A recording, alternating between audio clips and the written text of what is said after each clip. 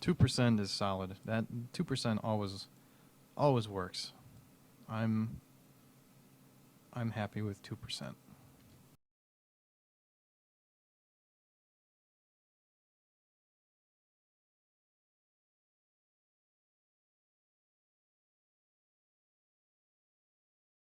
Actually, the only thing with this I'm not happy with is uh, I wish I would have set this up so that it was the foot with the toe ring on that this guy was under, but I can always add another one. I might do that in a second here.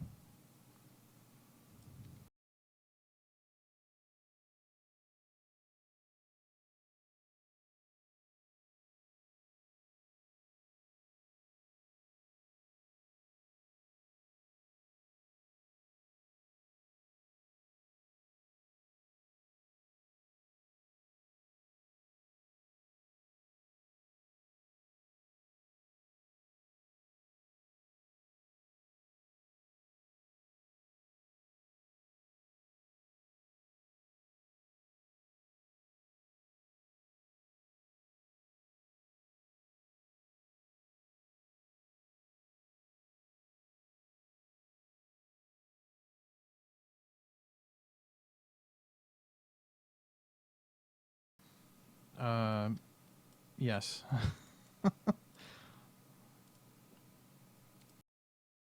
Yes to all of that, Amanda.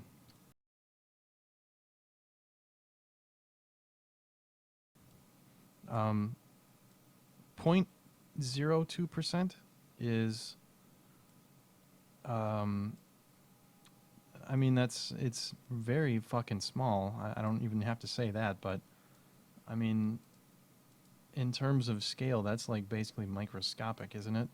That's like invisible almost.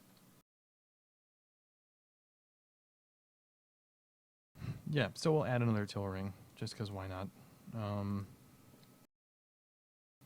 let's see.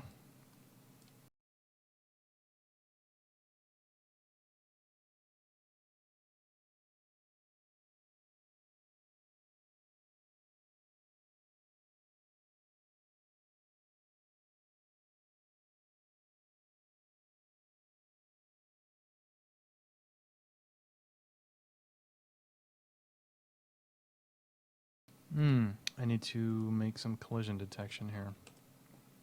Um, that didn't really fix it. Oh well, it's fine.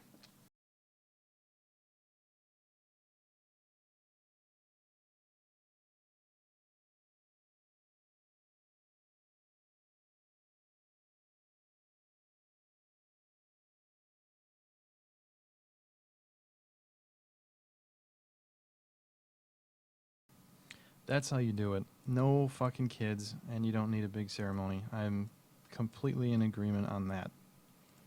Um, worst thing about kids is that they suck up all your money, and they take up all your time, and they stop you from pursuing your life streams. So, don't do it. But I'm not biased or anything.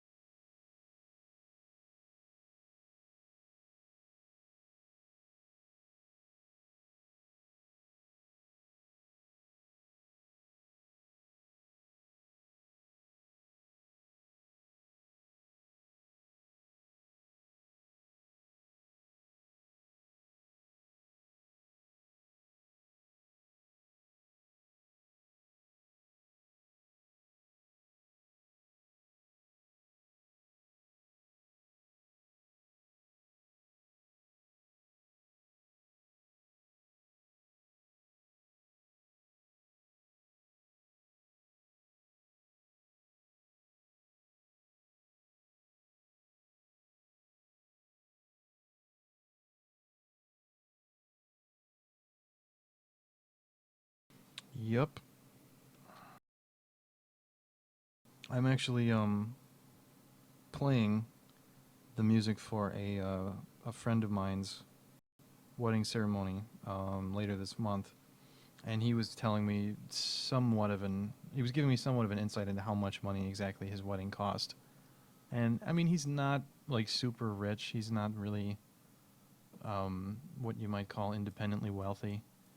I mean, he does fine for himself, but still, like, just the ring alone would. I was like, okay, if I had that much money, I would not waste it. I would not waste it, and this maybe sounds terrible, but I would not waste it on a fucking wedding ring. I have way more important things to do with that sort of money.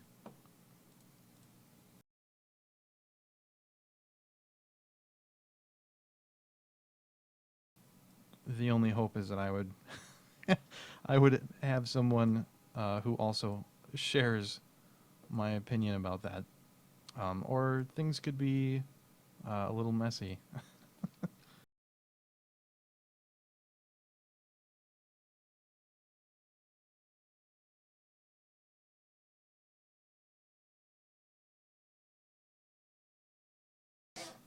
Yes, they're literally thousands of dollars.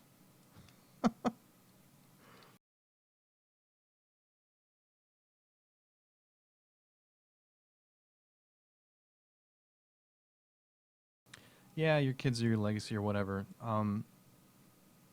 Sure. I mean, that's the thing though. Like, as a professional musician, my music is my legacy. I don't need a fucking kid to define me, nor would I ever want one to. Nor would I think, I don't think the kid would want that either. You wouldn't want someone associating you with your, you know, more accomplished, more uh, well known, possibly family members. I mean, I have a brother who's exactly in the same predicament. We both went to the same college. We both went to the same high school. So of course, you know, after I go through, and he's 4 years younger than me, so after I go through, all of the, you know, professors and whatnot that I had are all just like, oh wow, you're, you know, this brother of so and so. You must have been, you guys must be, you know, whatever. You know what I mean, though. It's like they would relate him to me because we have the same last name, and nobody wants that. You want to be an individual.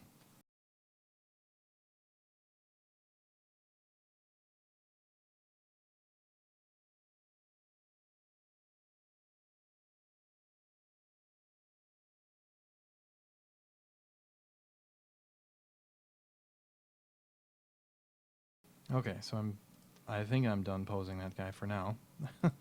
Now, oh, well, okay. I hope this doesn't stretch too bad.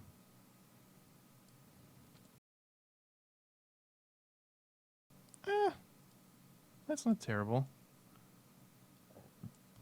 That's not terrible.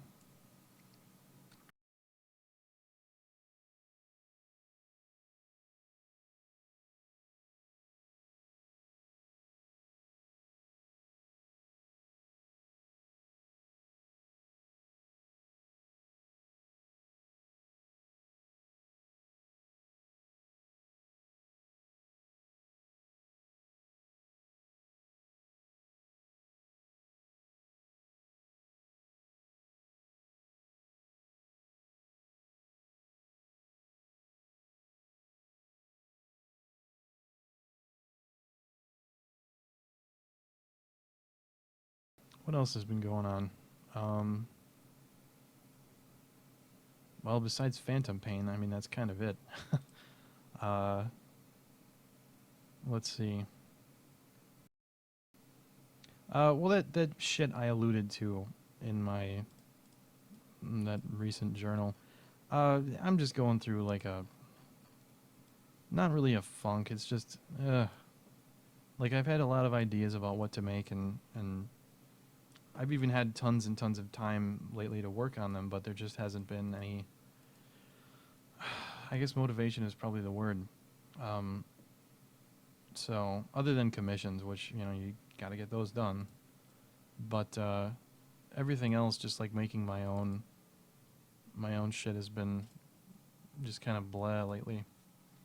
It'll pass. It always does, but it's just never fun when it's around.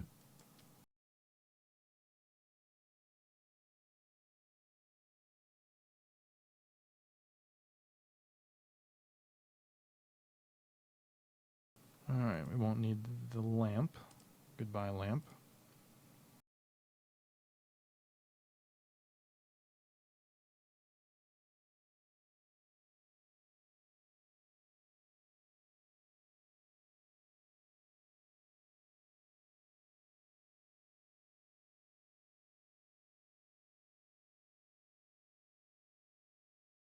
It could be burnout. I mean, realistically speaking, um, it's been about a year. About the middle of September, end of September, it'll be about a year that I'll have been pretty much going at this every day. Well, just about every day, solid. You know, um, working on it, producing it, whatever, thinking about it, obviously, for pretty much a year straight. So I guess burnout is inevitable. I don't know that it's burnout. It might be. It feels kind of like it. Um, it I might relate it to something like writer's block. You know, it's not something that necessarily lasts for that long, but when it happens, it's kind of crippling.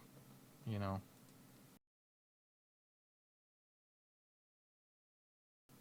I mean, of course, like doing live streams, that's always good motivation because I enjoy doing them, and I mean, I do really love doing this, so it certainly isn't that. It's not my lack of interest for uh, this medium at all. But like I said, I think it's just a temporary thing, like writer's block. So it will end eventually. Um, Maybe when I finish Phantom Pain.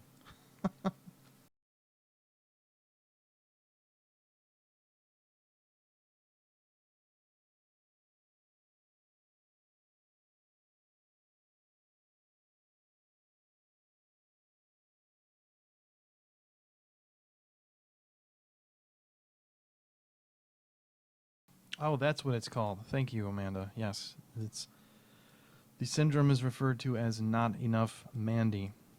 Nem. Uh, I appreciate the diagnosis. I don't know that it's iron will. It's um it's just persistence, really. Uh, I mean, all the time there's moments when I'm working on this shit, and it's just it's frustrating and it's tedious and it's things don't turn out the way they're supposed to. Like for example, that recent render I did called Retreat, that wasn't originally it wasn't originally going to be that at all. It was actually I want to say that idea was from something that you came up with, Amanda, like months and months and months ago when we were talking. You had some idea and I wrote it down, and that's eventually what that turned into. But it didn't start out that way, and it really didn't end up the way I wanted it to either. Um, I mean, the lighting and everything else is pretty much spot on, but as far as the other things go, the other technical aspects of it, and um, there were initially supposed to be like dozens. That whole ground was supposed to be just covered with bodies. It was supposed to be dozens and dozens and dozens of them. But uh, even using low res models, I couldn't do more than about 30 or so. And then after that, my computer was just like, nope.